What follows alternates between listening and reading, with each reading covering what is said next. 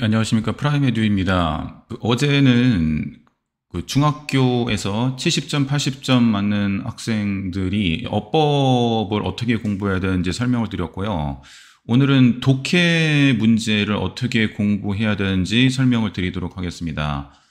그러니까 중학교 내신 문제의 특징은 거의 다 교과서에서 문제가 출제가 됩니다. 그래서 교과서가 상대적으로 이제 고등학교 부교재에 비해서 시험 범위가 적기 때문에 이 적은 시험 범위 내에서 최대한 난이도를 높이셔야 되는 상황인 겁니다. 그러니까 이런 것이 출제자의 심리겠죠.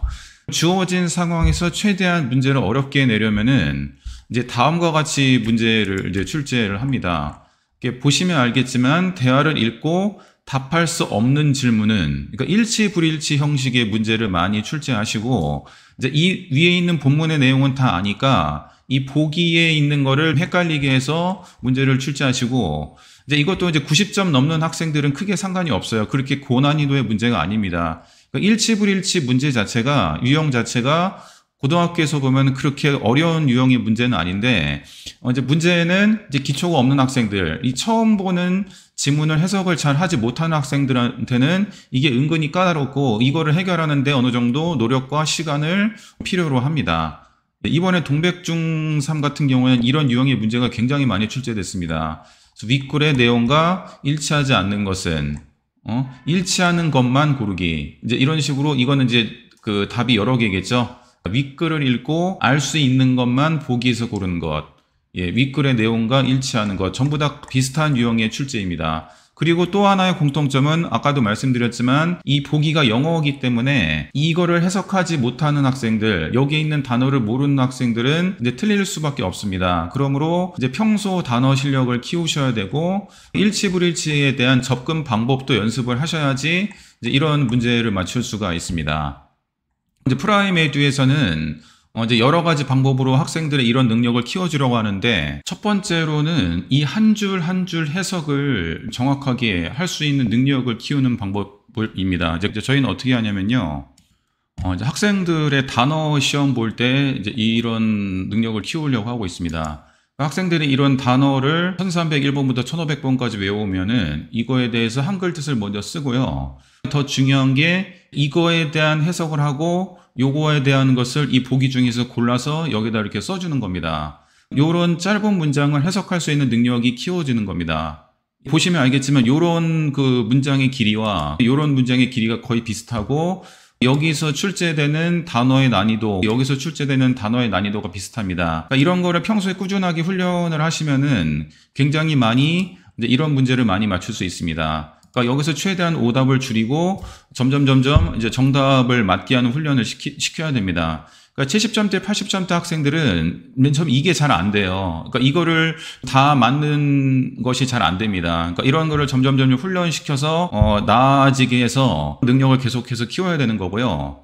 자, 그 두 번째는 이 일치불일치 문제를 푸는 방법을 알려주고 있습니다. 그러니까 일치불일치도 그냥 쑥 눈으로 봐서 답 대충 고른다. 이제 그러면은 맞을 수가 없습니다. 좀 꼼꼼하게 문제를 푸셔야 됩니다. 일치불일치에 대해서 어떻게 푸는지 학원에서 가이드를 줍니다. 자, 이런 식으로 학생들한테 일치불일치를 풀라고 가이드를 줍니다. 그러니까 이거에 해당하는 내용을 본문에서 찾아서 1번, 보기 2번에 해당하는 내용을 찾아서 2번, 3번에 해당하는 것을 3번으로 이렇게 밑줄 치고 번호 표시를 하고 틀린 거는 여기서 올바르게 한글로 고치라고 얘기를 합니다. 물론 영어면 영어로 고치라고 얘기를 하고요.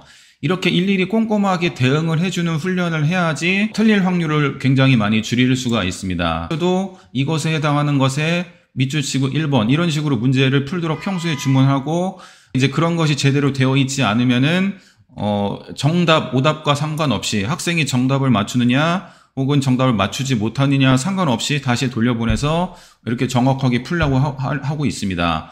자, 근데 이제 문제는 뭐냐면요. 이게 등급이 낮거나 그러니까 점수가 낮은 학생일수록 이거를 잘 안 하려고 그래요. 학생이 그러니까 머리가 좋다 안 좋다 영어를 잘한다 못한다 문제가 아니고 자기가 잘못된 습관을 잘 고치느냐 안 고치느냐 이 문제더라고요. 제가 실질적으로 학생들을 가르쳐 보니까. 그러니까 아무리 현재 성적이 좋지 않더라도 이렇게 학원에서 시키는 대로 잘 하고 이게 귀찮고 쉽지 않은 작업이거든요. 특히 영어 기초가 부족한 학생들한테는요. 예, 근데 이제 이런 거를 꼼꼼하고 착실하게 하나라도 천천히 하는 학생은 성적이 빨리 오르고요.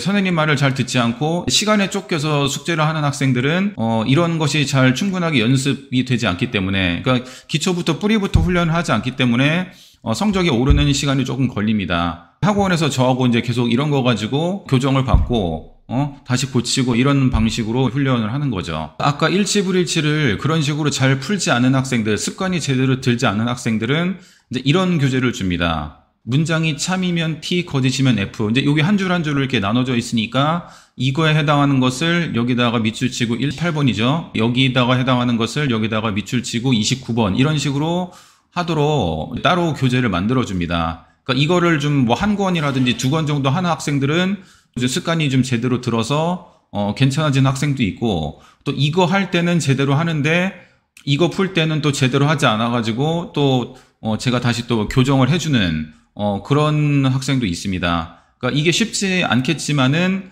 반드시 이런 훈련을 거치셔야지 이런 문제를 맞출 수 있고, 이런 문제가 상당히 배점이 높습니다. 굉장히 많이 나옵니다. 이거 다 틀리면 제가 볼 때 60점, 50점도 못 받습니다. 그러니까 뭐 시험에서, 중학교 시험에서 50점, 60점 맞는 학생도 가끔 있는데, 이런 학생들은 이런 일치불일치 문제를 제대로 풀지 못해서 점수를 받을 확률이 굉장히 높습니다. 학원에서 잘 훈련시켜 줄 수 있는 게 중요하다고 생각합니다. 예, 시청해 주셔서 감사합니다. 프라이메디 학원이었습니다.